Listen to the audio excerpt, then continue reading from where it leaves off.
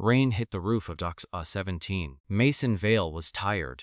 He had worked in the freight docks for many years.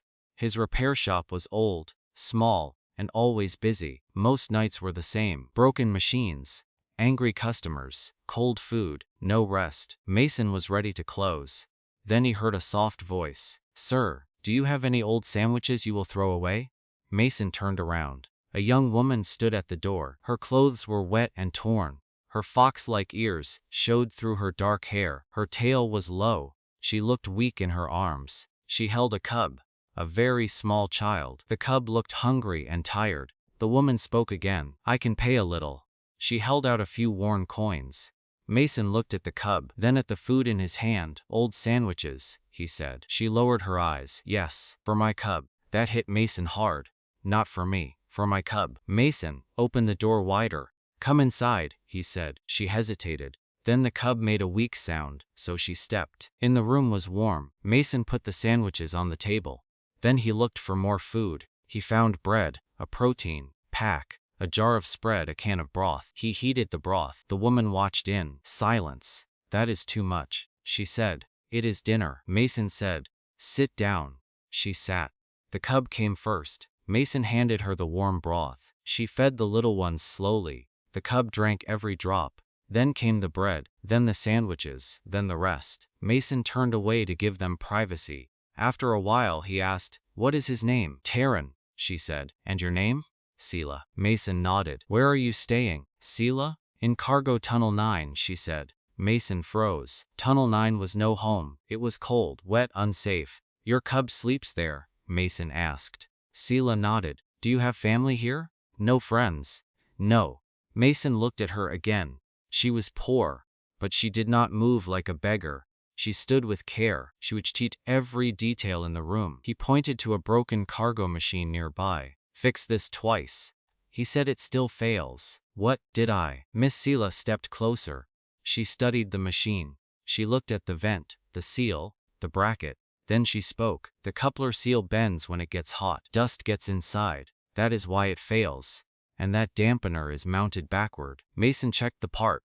She was right. He had installed it the wrong way. He looked back at Sulka. "You worked on machines before?" he asked. "Yes," she said. "I repaired thermal systems on colony skimmers." "You are trained." "Yes, you have proof." Her face fell. "No, my records were lost when my world was destroyed." Mason knew that answer too well. The galaxy loved papers, even when people had lost everything. "Do you need work?" Mason asked. Sela looked stunned. "No one will hire me," she said. "Not with no papers, not with a cub." "I did not ask them," Mason said. "I asked you." Held Taryn closer. "Yes," she said. "I need work." Mason looked around his small shop. Hiring anyone was risky. Hiring a refugee mother with a cub was even riskier. Still, he made his choice. "There's a loft upstairs," he said. "It is dusty, but it is dry. You and Taryn can stay there for now." Sela stared at him. "I cannot pay rent," she whispered. "Good," Mason said. "I am not asking for rent. You work here. You help me fix what is broken. You show up on time. You get food, a room, and pay." Sela almost cried. "Why are you doing this?" she asked. Mason looked at Taryn. "Because if a mother has to beg for trash to feed her cub, then something here is broken." He placed a hand on his chest. "Humans fix broken things." Sela started work the next morning very quickly. Mason learned two things. First, Sela was skilled. Second, she might be better than him. She repaired tools from scrapped. She found faults by sound alone. She organized the shop. She saved time, saved money, saved jobs. Customers noticed. Then more customers came. Soon people asked for the Fox engineer by name. Mason's acted annoyed, but he was proud. Taryn changed the shop too. At first he hid. Then he peeked around toolboxes. Then he walked across the floor and ear protectors, carrying a toy wrench. Even the hardest dock workers smiled at him. One child made the whole place softer, but not everyone was kind. One day station officers came to the shop. With them came Director Havel. He wore a clean coat and a cold smile. He looked at Sela, then at Taryn. "Mr. Vell," he said, "we have reports that you are hiding and employing an unregistered refugee."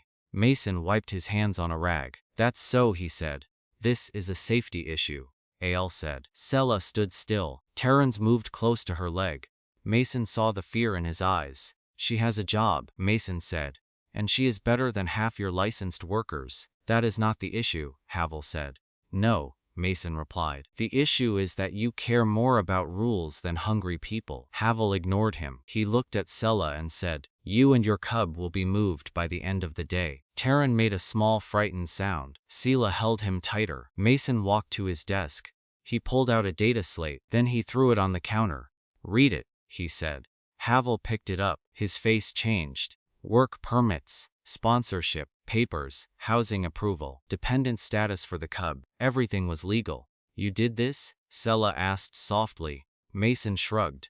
I made some calls, he said. Paperwork is just another broken machine. One officer looked at the papers and spoke quietly. Director, there is no violation here. HL said nothing. He handed the slate back. Then he turned and left. The officers followed him out. One officer paused at the door. She placed a ration bar on a shelf for Terran. Then she walked away. The shop went silent. Sela looked at Mason. You fought for us, she said. I filed paperwork. Mason answered. You fought, Sela said again. Mason looked away. Then he spoke. When humans see hunger, we feed it. When humans see cold, we make room. When a mother asks for trash because she thinks she deserves no better, we take that personally. Sela could not hold back her tears. Taran reached out toward Mason. Mason blinked. Kid, he said, I am covered in grease. But Taran did not care, so Mason stepped closer. Cub held one of his fingers. Tiny hand, warm hand, trusting hand. That changed something in Mason. Months passed. The shop grew. Other people in the dock began to help. 2. A baker left extra bread hungry. Families could find it. 2 retired pilots turned an empty storage ring into shelter. Workers painted over hateful words on the walls. One good act became many. That is what human kindness does. It spreads by winter. The shop had expanded. Sela painted a new sign above the door. It said this. No one eats scraps here. People laughed when they saw it. Then they tipped more. One quiet night, Mason and Sela stood outside the shop. Ships moved through the dark above Port Howian. Below them, the great world in the rocks aglowed. Tin was asleep upstairs. Sela looked at the stars. On my world, she said.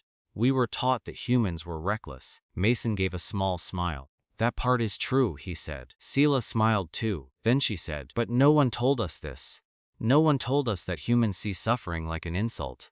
Mason folded his arms. Maybe that embarrasses the civilized species, he said. Sela looked at him. When I came to your door that night, I was not asking for hope, she said. I was asking for leftovers, just enough to survive one more day. She took a slow breath. You shocked me, Mason Vale. Mason said nothing. Sela looked out at the ships again. You saw us. She said that meant more than praise. Sometimes the biggest thing a person can do is very small. A warm meal. A safe room, a simple sentence. Come inside. Mason looked up at the stars. The galaxy still called humans primitive.